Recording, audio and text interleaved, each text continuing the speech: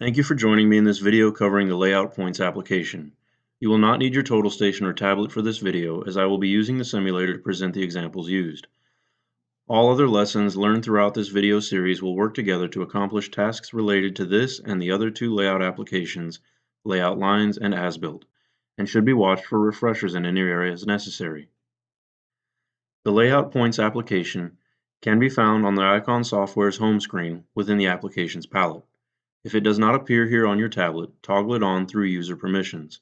You may refer to Video 6 for a refresher on user permissions. Selecting the Layout Points icon takes us to the map view where we are prompted in the upper right corner to select a point to stake out.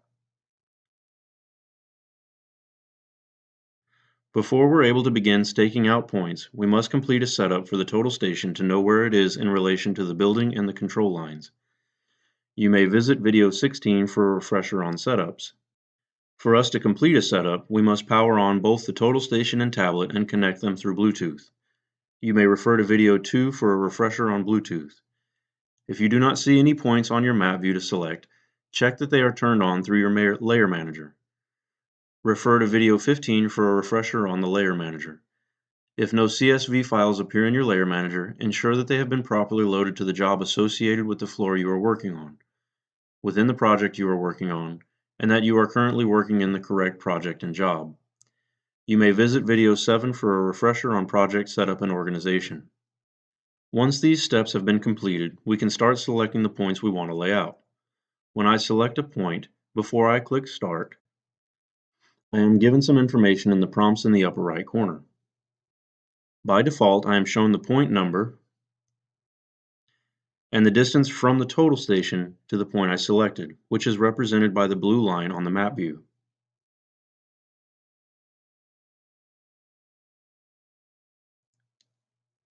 The orange dashed line on the screen represents the direction the total station is currently facing.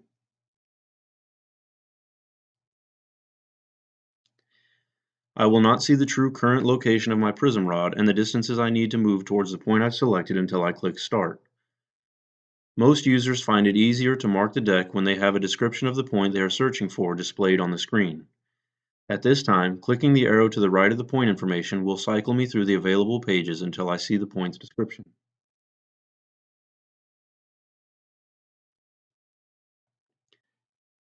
After clicking Start, my prism rod appears with two blue arrows pointing in the directions I need to move.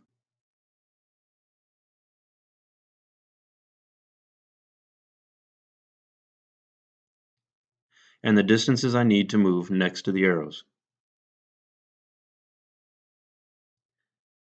By default, these distances and directions are from my point of view as I'm standing on the deck with the prism rod, facing the total station.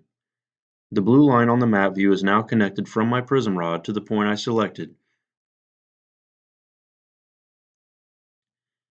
and the distance in the upper right prompt box changed to represent the direct distance from me to that point.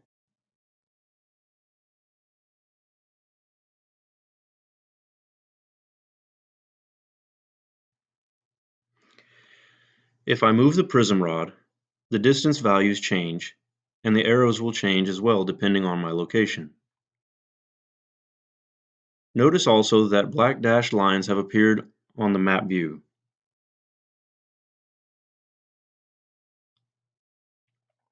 These lines are extensions of the blue arrows. Notice that the two black dashed lines and the solid blue line all connect from my prism rod to the point I'm laying out, and they create a triangle.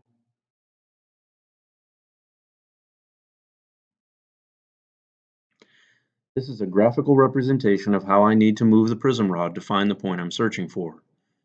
The two distances on the map view next to the blue arrows are the distances I need to move along the black dashed lines, and the distance in the upper right prompt is the distance I need to move along the blue line. This is always represented as a right triangle. The dashed lines form the 90-degree angle, the blue line is the hypotenuse. Once you understand how this information works, you will begin to pick up speed in your daily layout tasks. You may reference Video 14 for a refresher on view controls that can help you find the method of viewing this information that is easiest and most comfortable for you. I'm going to use reference from the toolbox because it works better with the simulator and a split screen so you can see how the information updates while I move the prism rod for your learning purposes.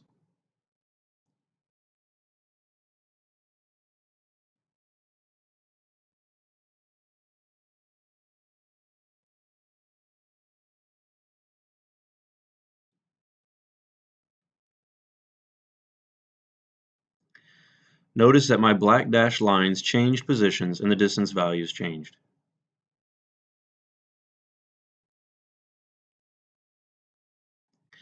As I move the prism rod, notice how the lines and distances update to reflect my movements and continue to guide me to the point I'm searching for.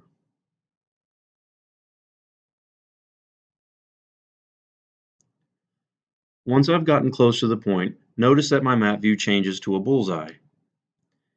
The arrows and distances have now moved to the right side of my screen, but will continue to work exactly as before. As I move the prism rod, the distances will update to reflect my location in relation to the point, and the arrows will update to point me towards the point. It is important to develop good habits when searching for points to improve your speed and efficiency.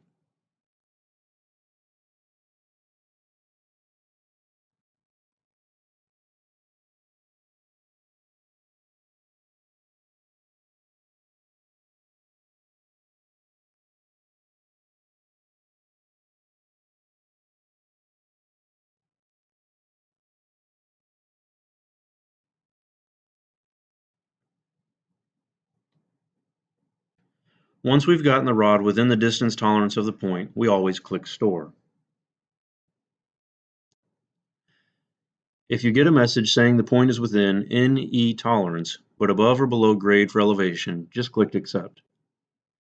We're not shooting elevations on the deck when we're laying out points, so this message doesn't matter.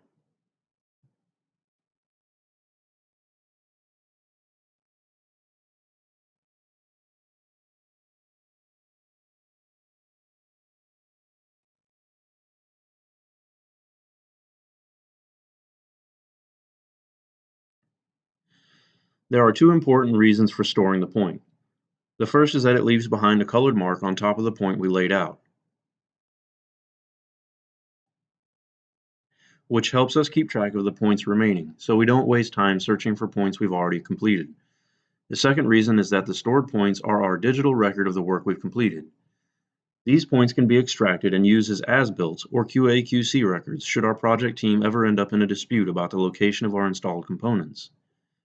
For a refresher on extracting these points, see video 13, Edit Points. Now let's cover the toolbox for the application layout points. Each application will have its own toolbox with tools pertaining to the corresponding application. The first tool in the upper left corner is Stake to Elevation. Using this tool requires us to set an elevation for the vertical center of the total station through the Setup menu. This will be covered in hands-on training. In short, Stake to Elevations allows us to transfer any elevation to any location we need.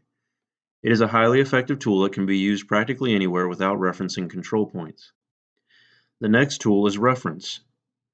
This tool allows us to use a line or 2 points from the background as a view reference when we're searching for a point. Remember that the default reference for the distances and arrows the tablet shows you when you're searching for a point forces you to be facing the total station while you walk with the prism rod. For most new total station users, this can be tricky while you're trying to learn so many other things at the same time.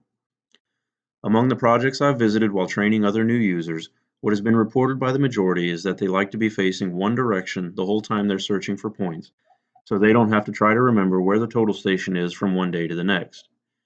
See video 14, View Controls, for instructions on how to use reference. The next tool is Two Tapes. This tool allows you to use 2 points you've already laid out to lay out other points. I'll open the tool and see in the upper right prompt that the software is asking me to select 2 anchor points. I'll select 2 points that I've marked on the deck.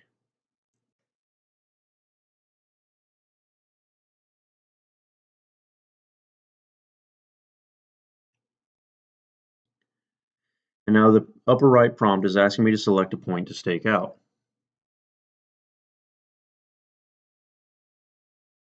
Once I select the point I need to lay out, notice that it gives me the dimensions from the 2 points I already marked on the deck to the point I'm searching for.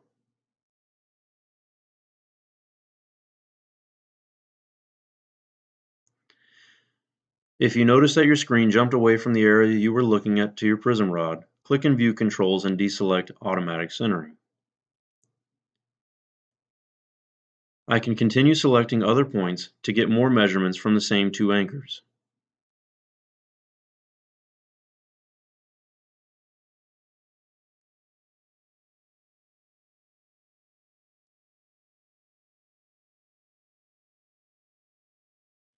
To use this tool, you will need to have already laid out 2 points to measure from.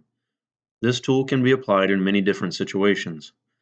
Once you've finished with the tool, click the red X in the lower right corner and remember to turn automatic centering back on if you had to turn it off. The next tool is New Point. This allows you to create new points by entering the coordinates.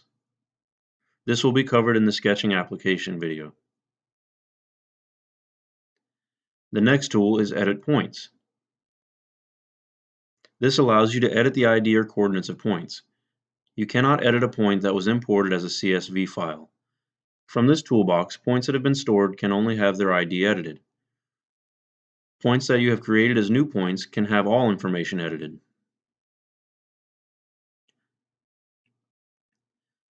Auto Point Selection is the next tool. Opening this tool takes me to the automatic point selection screen where I can choose the method for selection. Stakeout lists were covered in video 14, View Controls. All versions should function with the selection method nearest. I'll set my simulator to that method, toggle the mode on, and click the green check to activate it. Now I'll select a different point to stake out. Once I click Store, the software will automatically advance to the next point nearest the one I just laid out. It will continue to do this until all points are laid out or I turn off the tool.